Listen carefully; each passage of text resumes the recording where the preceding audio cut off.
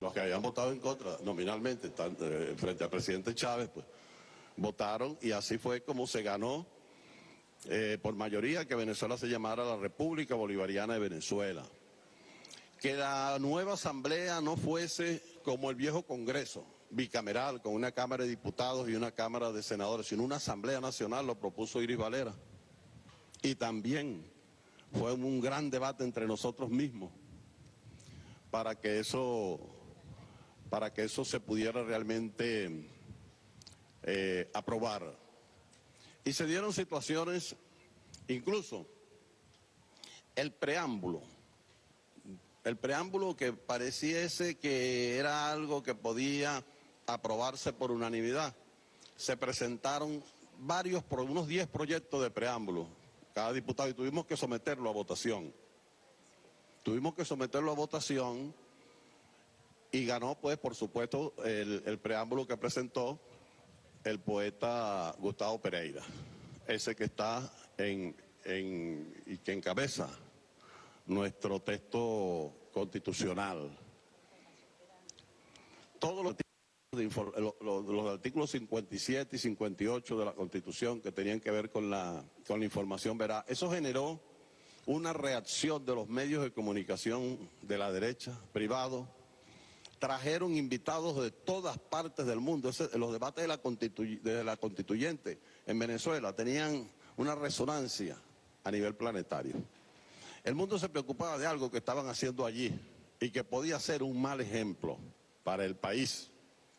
De manera que vinieron gente de la Sociedad Interamericana de Prensa, que acaba de sacar la fotocopia de una condena contra Venezuela, que es la misma del año 99, todos los años le sacan la copia y le cambian la fecha, es la misma. Eso es lo que llaman en periodismo un caliche, ¿no es así? Un caliche o un refrito. Esa es la misma condena de todos los años.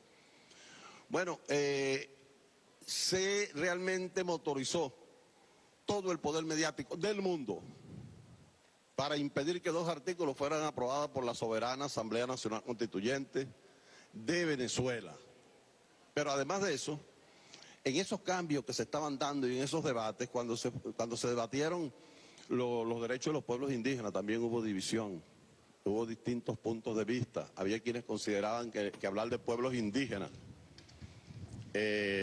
hacerle reconocimiento de territorio. Si tú tienes territorio, si tú tienes una lengua común, realmente tú estás a un paso, decían estos compatriotas, de ser Estado, de ser un Estado, y que mañana podían, pues, pedir la independencia o querer exigir autonomía dentro del país. Y por supuesto, vinieron a defender esos artículos pueblos indígenas desde Canadá hasta la Patagonia. Vinieron a participar en los debates de los derechos de los pueblos indígenas en este proceso constituyente. Y mientras eso ocurría, los enemigos de eso que estaban haciendo se activaban, conspiraban y trataban de hacer fraudes constitucionales. De hecho, hicieron uno. Todo el articulado económico, el que tenía que ver con materia tributaria, que aprobó la sesión de la Asamblea de la Constituyente, lo cambiaron de madrugada. Lo cambió la derecha.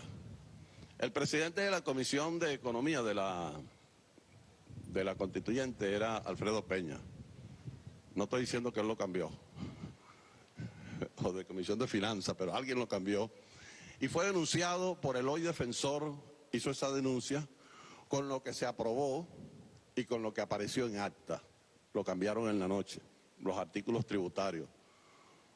Un reputado abogado de Venezuela, de la derecha. Entonces, cuando se le iba a sancionar para expulsarlo por ese grave delito que había cometido, un fraude constitucional, don Luis Michelena lo defendió y nos persuadió de que estábamos exagerando y se le perdonó. 2 años después fue el redactor del decreto de Carmona. Cuando tú perdonas ocurren esas cosas. Ese abogado, que era constituyente, fue el redactor del decreto de Carmona, y hoy, ante varias instancias internacionales, está demandando lo que él llama un estado paralelo que se ha creado en Venezuela. Ese estado paralelo son las misiones. Ese constituyente se llama Alan Bribo Alcaría, reputado profesor universitario, constitucionalista, derechista, y quien fue denunciado pues en esa oportunidad y quien fue perdonado. Realmente aquellos fueron unos debates muy intensos, con mucho calor de pueblo, con muchas anécdotas personales, a veces con risas, a veces con llanto. Yo recuerdo que cuando se instaló la Asamblea Nacional Constituyente en el aula magna de la UCB, y se eligió como presidente de la Asamblea Nacional Constituyente a Luis Michelena, él dijo unas palabras allí. Él dijo: nunca pensé ver la primavera en el otoño de mi vida. Y esta camarada que yo tengo al lado lloró. Luis Michelena le hizo llorar. Y después, ese mismo caballero apareció en televisión 2 años después, diciendo: yo no puedo apoyar un gobierno como el de Chávez, que tiene las manos manchadas de sangre. Eso fue y entonces ella dijo una expresión sobre ese mismo tipo que le hizo llorar, que yo no la voy a repetir por el horario. Nos estafó. Eso es la mejor forma de decirlo, de cómo nosotros estuvimos viviendo todo ese proceso con esa participación del pueblo. Sí, se discutían los derechos para incluir a los policías en una futura Policía Nacional o a los fiscales de tránsito, ellos estaban allí. Cuando se discutía el articulado que tenía que ver con los derechos de las mujeres, todos los movimientos feministas estaban allí dentro del hemiciclo donde tú estabas debatiendo.